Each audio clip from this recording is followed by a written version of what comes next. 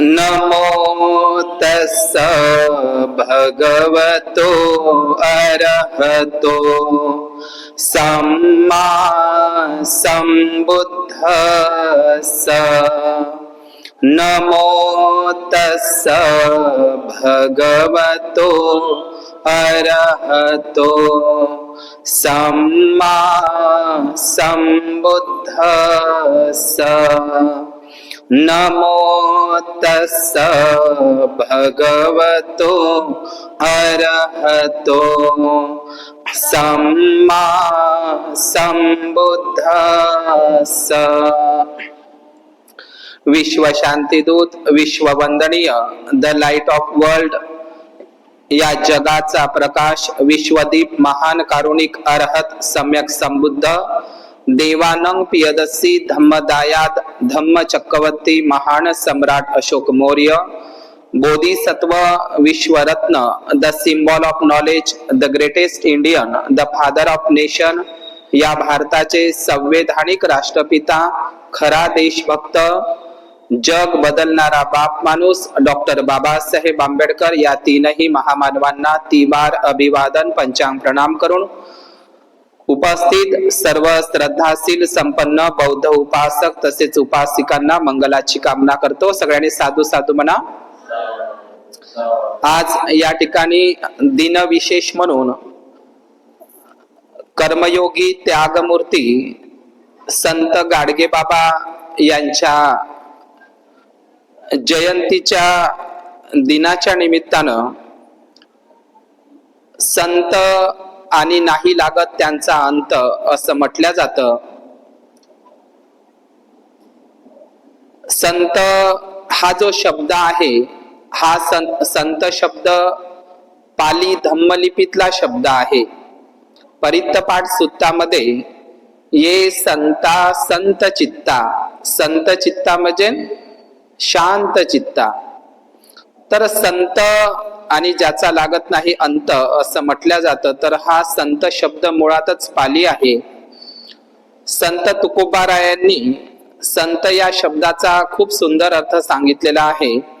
संत म्हणजे आघात होऊ नये, संत कोणाला म्हणावं तर संत तुकोबाराय असं म्हणतात, आघात होऊ नये जो आपला हळुवारपणा सोडत नाही तो खरा संत। आजच्या आजच्या या आधुनिक युगामध्ये जर बघितले तर संत आहे नाही, त्यांना जंत म्हटलं तरी चालेल। म्हणजे संत तुकोबाराय असं म्हणतात एका अभंग गाथेमध्ये, ऐसे कैसे झाले भोंदू कर्म करोनी म्हणती साधू, अंगा लावू निया राख डोळे झाकुनी करती पाप, दावुनी वैराग्याची कळा भोगी विषय वासनेचा सोळा, तुका मने सांगो किती जळो तयाची संगती। म्हणजे संत आणि त्यांचा लागत नाही अंत। तर या महाराष्ट्रामध्ये आणि संपूर्ण भारतामध्ये एक संताची परंपरा आहे। ज्याप्रमाणे संत कबीर असेल किंवा संत रविदास असेल, जे मुळातील वाराणसी सारनाथ येथे त्यांचा जन्म झाला।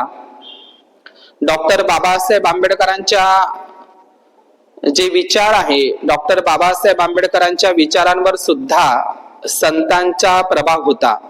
आपल्याला माहित आहे की बुद्धाच्या आधी संत कबीर म्हणून त्यांच्या परिवारामध्ये रामजी बाबा हे कबीरपंथी असल्यामुळे बुद्धाच्याही आधी त्यांना संत कबीराचा परिचय झालेला आहे। आणि म्हणून डॉक्टर बाबासाहेब आंबेडकरांनी सुद्धा संत कबीराला आपला गुरु मानलेलं होतं। पण सर्वोच्च गुरु तथागत बुद्ध होते। डॉक्टर बाबासाहेब आंबेडकर एके ठिकाणी भाषणामध्ये असं म्हणतात की संत साहित्याचा अभ्यास माझ्या एवढा संत साहित्याचा अभ्यास कुणालाही नाही।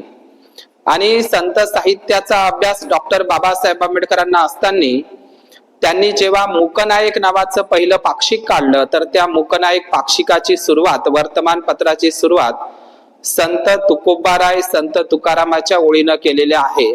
काय करू आता धरून या भीड, निशंक तोंड वाजविले, कोणी नव्हे येते मुकियाचा जाण, सार्थकी लागुनी जिने नव्हे. तर संत साहित्याचा बाबासाहेबांना अभ्यास होता. तर या आधुनिक भारतामध्ये जे संत जर असेल तर आज जे संतांचा एक बाजार आहे, आजचे संत हे एक बिझनेसमॅन आहे. परंतु खरे संत हे जे वारकरी संत होते, तुकोबाराय सारखे किंवा संत नामदेवा सारखे, चोखामेळांसारखे, आणि नंतरही डॉक्टर बाबासाहेब आंबेडकरांच्या समकाळामध्ये संत गाडगेबाबा आणि राष्ट्रसंत तुकडोजी महाराज. तर ह्या संतांनी म्हणजे हे दोन एकमेव संत आहे, संत गाडगेबाबा आणि राष्ट्रसंत तुकडोजी महाराज, ज्यांनी कधीही चमत्कार शिकवला नाही, चमत्कार सांगितला नाही. ज्याप्रमाणे तथागत भगवान बुद्धांनी कधीही चमत्कार सांगितला नाही, चमत्कार शिकवला नाही, आणि भिक्खूला सुद्धा तशी मनाई केली चमत्कार शिकवायला. तर राष्ट्रसंत तुकडोजी महाराज आणि गाडगे महाराज, तर त्यापैकी गाडगे महाराजांची जी जयंती आहे ही 23 फरवरी 1876 मध्ये गाडगे महाराजांचा जन्म अमरावती जिल्ह्यातील शेनगाव या त्यांच्या छोट्याशा गावामध्ये त्यांच्या जे जानोरकर परिवारांचे होते गाडगे बाबा. तर हे अमरावती त्यांची जन्मभूमी आहे आणि कर्मभूमी आहे. अमरावती हा जो जिल्हा आहे महाराष्ट्रामध्ये, अमरावती हे बुद्धिस्ट नाव आहे. ज्याप्रमाणे आंध्र प्रदेशामध्ये अमरावती हे प्राचीन बौद्ध विद्यापीठाचं आणि प्राचीन बौद्ध महास्तूपाचं ते ठिकाण आहे. अमरावती हा बुद्धिस्ट शब्द आहे, अमरावती हे बुद्धिस्ट नाव आहे, आणि अमरावती हे बौद्ध प्राचीन विद्यापीठ आहे, आणि अमरावती हे प्राचीन धम्मनगरी आहे. पण ते आता सध्या आंध्र प्रदेश विजयवाड्याला आहे, आणि म्हणून हे अमरावती नावच बुद्धिस्ट आहे. अशा या अमरावती जिल्ह्यामध्ये गाडगे महाराजांचा जन्म झाला. आणि गाडगे महाराजांचा जन्म, त्यांचं जे समाधी आहे म्हणजे 6 डिसेंबर 1956 ला डॉक्टर बाबासाहेब आंबेडकर यांचं महाप्रयाण होतं, आणि 20 डिसेंबर 1956 ला गाडगे महाराजांचं महाप्रयाण होतं. म्हणजेच एकाच वर्षी, म्हणजे डॉक्टर बाबासाहेब आंबेडकर 6 डिसेंबर 1956 ला आणि गाडगे महाराज 20 डिसेंबर 1956 ला बसमध्ये प्रवास करत असताना अमरावतीच्या जवळ पेढी नदी आहे, वलगाव या ठिकाणी त्यांची समाधी आहे. तर त्या बसमध्येच प्रवासामध्ये असताना त्यांचं निधन झालं. आणि गाडगे बाबा म्हणून आजचे जे संत आहे, आधुनिक संत जे बघितले, तर आपण संत तुकाराम महाराजांचं उदाहरण जर बघितलं तर दुष्काळाच्या काळामध्ये संत तुकाराम महाराजांनी आपल्या घरची मुलं उपाशी ठेवून गरीब लोकांना अन्नधान्य वाटलं होतं. पण आजचे संत हे बिझनेसमॅन आहे, आणि म्हणून जिथं चमत्कार आहे तिथे नमस्कार आहे. आजचे संत चमत्कार शिकवतात, जिथं चमत्कार आहे तिथे नमस्कार आहे. आणि म्हणून परंतु संत गाडगे बाबा आणि राष्ट्रसंत तुकडोजी महाराज, राष्ट्रसंत तुकडोजी महाराज ज्यांनी ग्रामगीतेमध्ये हाती न घेता तलवार, बुद्ध राज्य करी जगावर, त्यासी एकची कारण प्रचार प्रसार प्रभावशाली, तारतम्य नहीं ज्ञानी में तो ज्ञान डुबेगा पानी में, हे बुद्धाचे वचन त्यांनी मेरी जापान की यात्रा, जापान, ब्रह्मदेश, थायलंड सारख्या बौद्ध राष्ट्रांचा त्यांनी प्रचार दौरा सुद्धा केलेला होता राष्ट्रसंत तुकडोजी महाराजांनी. आणि स्वतः अमरावती येथे गुरुकुंज मोजरीला त्यांनी बुद्ध मूर्तीची आणि बाबासाहेबांच्या मूर्तीची प्रतिष्ठापना सुद्धा केलेली आहे. आणि म्हणून संत गाडगे बाबा आणि राष्ट्रसंत तुकडोजी महाराज हे अमरावतीचे, आणि गाडगे महाराजांचं योगदान म्हणजे खूप मोठं आहे. गाडगे महाराज हे कमी जरी शिकलेले होते, म्हणजे एकही दिवस शाळेत गेले नाही असंही म्हटलं जातं, पण गाडगे महाराज म्हणजे गाडगे महाराजांना जे समजलं ते आजच्या सुशिक्षितही म्हणता येणार नाही, शिकल्या सवरल्या लोकांनाही समजत नाही. गाडगे बाबांनी सरळ शब्दामध्ये सांगितलं, अरे देवळात देव नसते, देवळात पुजाऱ्याचं पोट असते. ज्या गाडगे बाबांनी कधीही शाळेमध्ये प्रवेश केला नाही, त्या गाडगे बाबांच्या नावावर अमरावतीला संत गाडगे बाबा विद्यापीठ अमरावती आणि गाडगे बाबांच्या कीर्तनावर, प्रबोधनावर लोक PhD करतात. म्हणजे जो व्यक्ती कधीही शाळेमध्ये गेला नाही, त्यांच्या नावाचं विद्यापीठ संत गाडगे बाबा विद्यापीठ अमरावती असणं हे खूप महत्वाची गोष्ट आहे. डॉक्टर बाबासाहेब आंबेडकर जेव्हा मुंबईला असताना गाडगे बाबा आजारी पडले असं जेव्हा बाबासाहेबांना माहित झालं, तर बाबासाहेब त्यांच्यासाठी 2 ते ब्लँकेट घेऊन जात असतात त्यांच्या आजारपणामध्ये आणि त्यांच्या आजारांची विचारपूस करत असतात.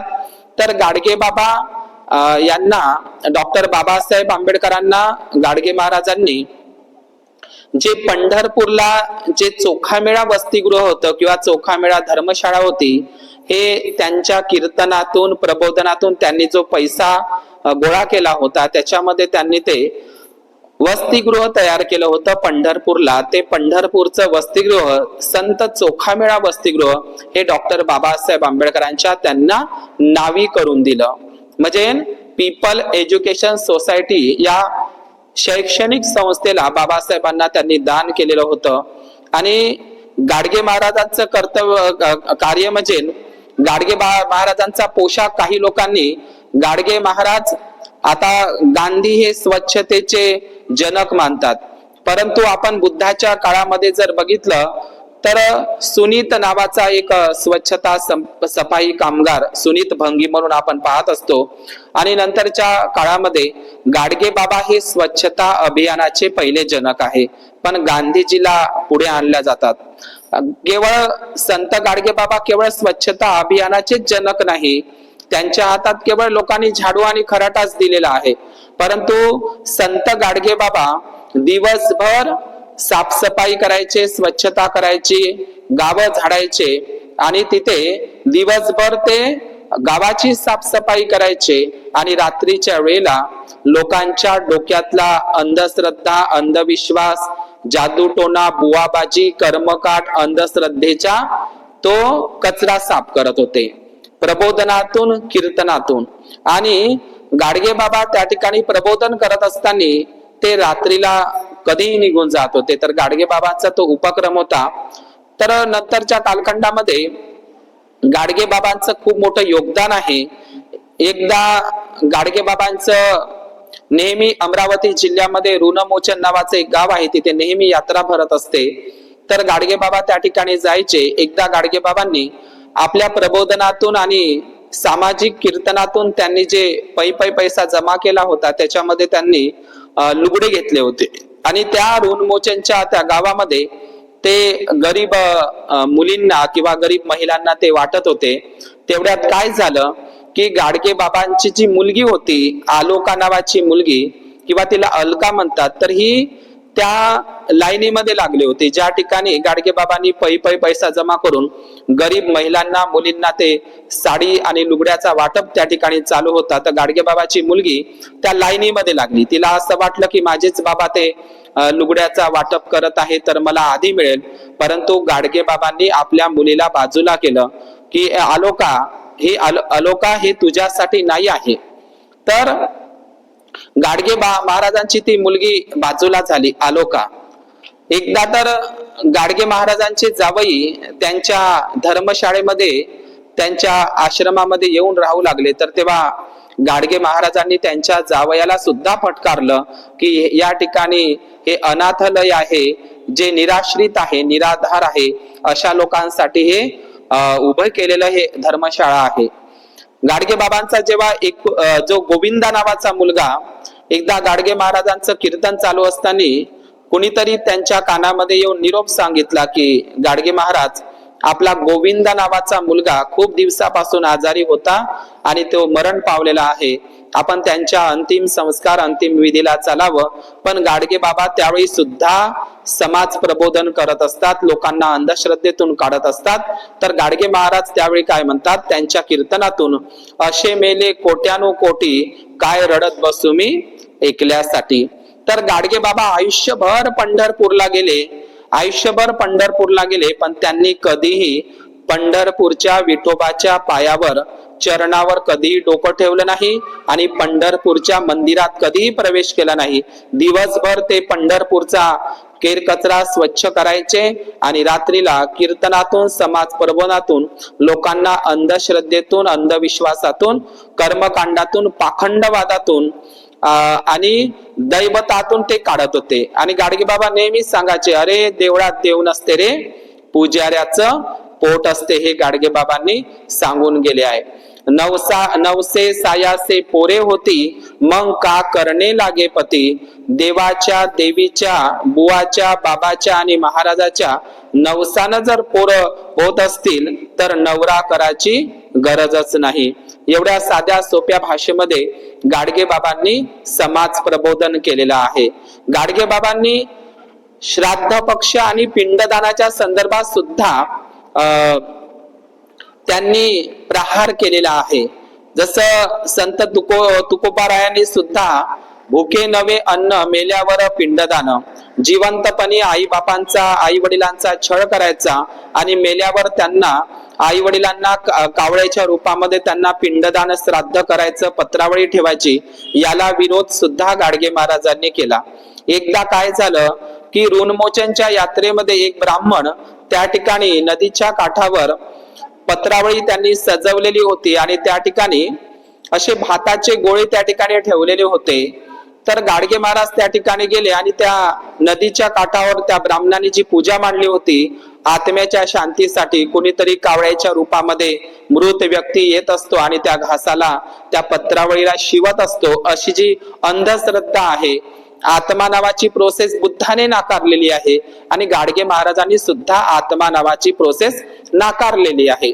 तर त्यावेळी गाडगे महाराज त्या ठिकाणी पत्राळीवर जो भात पडलेला असतो नदीच्या काठावर, जो मृत व्यक्तीच्या नावाने कावळ्याच्या रूपामध्ये शिवतात, अशी जी अंधश्रद्धा आहे, तर गाडगे महाराजांनी त्या भातावर ताव मारला, म्हणजे त्या पत्राळीवर ते बसले.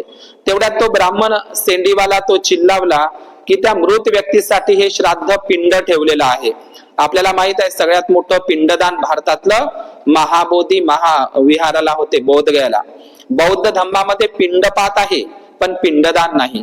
बाबासाहेबांनी सुद्धा 22 प्रतिज्ञेमध्ये मी पिंडदान करणार नाही, श्राद्ध पक्ष करणार नाही.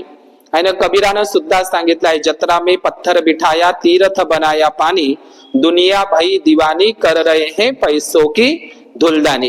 तर गाडगे महाराज त्या ठिकाणी ते भात सेवन करत होते आणि एवढ्यात त्या ब्राह्मणाने पाण्याचं म्हणजे ना आकाशाच्या दिशेनं त्यानं पाणी असं फेकलं. तर गाडगे बाबा त्याला विचारत आहे, तू आकाशाच्या दिशेने हे पाणी का फेकत आहे? तर तो ब्राह्मण व्यक्ती म्हणायला लागला गाडगे महाराजांना की हे पाणी त्या मृत व्यक्तीच्या म्हणजे पर्यंत पोहोचत असतं, आकाशात पोहोचत असतं, स्वर्गात पोहोचत असतं, जो स्वर्गामध्ये आहे. तर गाडगे महाराज तेच पाणी, नदीचं पाणी त्यांच्या शेताच्या दिशेनं ते उडवत असतात आणि काही पाण्याची थेंब त्या ब्राह्मणाच्या अंगावरही पडत असते. त्यावेळी तो चिल्लावून म्हणतो की तू हे पाणी या दिशेनं का फेकत आहे? तर गाडगे बाबा त्याला वैज्ञानिक उत्तर देतो की तुमचं पाणी जर आकाशात बसलेल्या त्या मेलेल्या मृत व्यक्तीपाशी स्वर्गात जाऊ शकते, तर माझं पाणीही इथूनच माझ्या शेतीला ओलतीसाठी जाऊ शकते. अरे मूर्खा, म्हणते तुझं शेत कुठं आणि तू नदीचं इथून पाणी तू हाताने शिपडत आहे, तर कसं जाईल? तर मी तुम्हाला तेच म्हणते की तुमचं हे स्वर्गात पाणी कसं जाईल. तर अशा वैज्ञानिक पद्धतीनं जे आजच्या शिकलेल्या लोकांना समजत नाही ते गाडगे बाबांना समजत होतं. त्यांनी प्राणी हत्यावर सुद्धा बंदी आणली होती. कुठे बकऱ्याचा किंवा बकरीचा बळी दिला जात असेल त्या ठिकाणी अनेक ठिकाणी गाडगे महाराजांनी विरोध केलेला आहे. अनेक ठिकाणी असे उदाहरण आहे की गाडगे महाराजांना कुठे माहित पडलं की या ठिकाणी कुठल्या तरी बुवाला, बाबाला, देवीच्या समोर, देवाच्या समोर बकरा कापत आहे, मुर्गा कापत आहे, तर गाडगे बाबा त्या ठिकाणी जायचे आणि प्राणी हत्या सुद्धा थांबवायचे. आपल्याला माहित आहे की बुद्धाने सुद्धा पहिल्या शिलामध्ये पानातिपाता हे जे शील दिलं आहे प्राणी हत्येच्या संदर्भात. आणि दुसरी गोष्ट, भगवान बुद्धाने सुद्धा कूटदंत सुत्तामध्ये आपण पाहिलं, कूटदंत सुत्तामध्ये 500 गायी, 500 बैल, 500 गोरे, 500 शेळ्या, 500 म्हैसी, 500 हरण हे सगळे कापणार होता तो कूटदंत ब्राह्मण. तर भगवान बुद्धाने त्याला रोखलेलं होतं. तर अशाच पद्धतीनं गाडगे महाराजांनी सुद्धा प्राणी हत्येला विरोध केला. शिक्षणाचं महत्व खूप समजावून सांगितलं. घरातलं ताट मोडा, कोपरा मोडा, इवायाले इनिले पावसार कमी करा, परंतु आपल्या लेकराले शिकवा. हे गाडगे बाबांनी शिक्षणाचं महत्व सुद्धा लोकांना समजून सांगितलं. ते जरी कमी शिकलेले होते तरी गाडगे बाबांनी मात्र शिक्षणाचं महत्व लोकांना समजून सांगितलेलं होतं. गाडगे महाराजांची आणि बाबासाहेबांची भेट सुद्धा झालेली होती. गाडगे बाबा हे गाडगे बाबांचं जे असं म्हणतात की बाबासाहेब जेव्हा 6 डिसेंबरला गेले तर गाडगे बाबांनी अन्न पाणी त्याग केला होता. जेव्हा डॉक्टर बाबासाहेब आंबेडकरांना धम्मदीक्षा घ्यायची होती तर डॉक्टर बाबासाहेब आंबेडकर त्यांना विचारत होते की गाडगे बाबा कुठला धम्म मी स्वीकारावा. तर गाडगे बाबांच्या संदर्भातलं खूप सुंदर भाषण आहे मुंबईतलं. गाडगे महाराज असं म्हणतात, म्हणजे एकीकडे MA PhD DSc LLD DLitt barrister of law 32 degree आणि 9 भाषाचं नॉलेज असलेला जगविज्ञान सिम्बॉल ऑफ नॉलेज, आणि एकीकडे एकही वर्ग न शिकलेला गाडगे बाबा, पण त्यांची दोस्ती खरी होती. गाडगे महाराज डॉक्टर बाबासाहेब आंबेडकरांच्या संदर्भात काय बोलतात मुंबईच्या भाषणामध्ये, अरे भारतातल्या लोकांनो, त्या महार अस्पृश्य मुलानं वर्गाच्या बाहेर बसून या भारताचं संविधान लिवलं रे, संविधान लिवलं. अरे भारतातल्या लोकांनो, जर तुम्ही त्या बाबासाहेबाचं म्हणणं ऐकानं तर या भारताचं सोनं होईल रे, या भारताचं सोनं होईल. हे गाडगे बाबांचे शब्द बाबासाहेबांच्या संदर्भात होते. 2-3दा गाडगे बाबांसोबत त्यांच्या भेटी सुद्धा झालेल्या आहे. आणि म्हणून गाडगे बाबांनी त्यांना त्यांच्या शैक्षणिक संस्था पीपल एज्युकेशन सोसायटीला पंढरपूरचं ते संत चोखामेळा वसतिगृह दान दिलं होतं. आज त्या ठिकाणी 9 एकराची जागा होती ती पंढरपूरला. आज पंढरपूरची ती जागा गाडगे महाराजांची सगळ्या ब्राह्मण बडव्यांच्या कब्जामध्ये आहे. तीही जागा आता कब्जामध्ये गेलेली आहे. तर गाडगे बाबांचा जो जयंती दिवस आहे मोठ्या उत्साहामध्ये साजरा होत असतो. गाडगे महाराजांनी कधीही चमत्कार सांगितला नाही, चमत्कार शिकवला नाही आणि लोकांनाही अंधश्रद्धेमधूनच काढण्याचं काम केलं.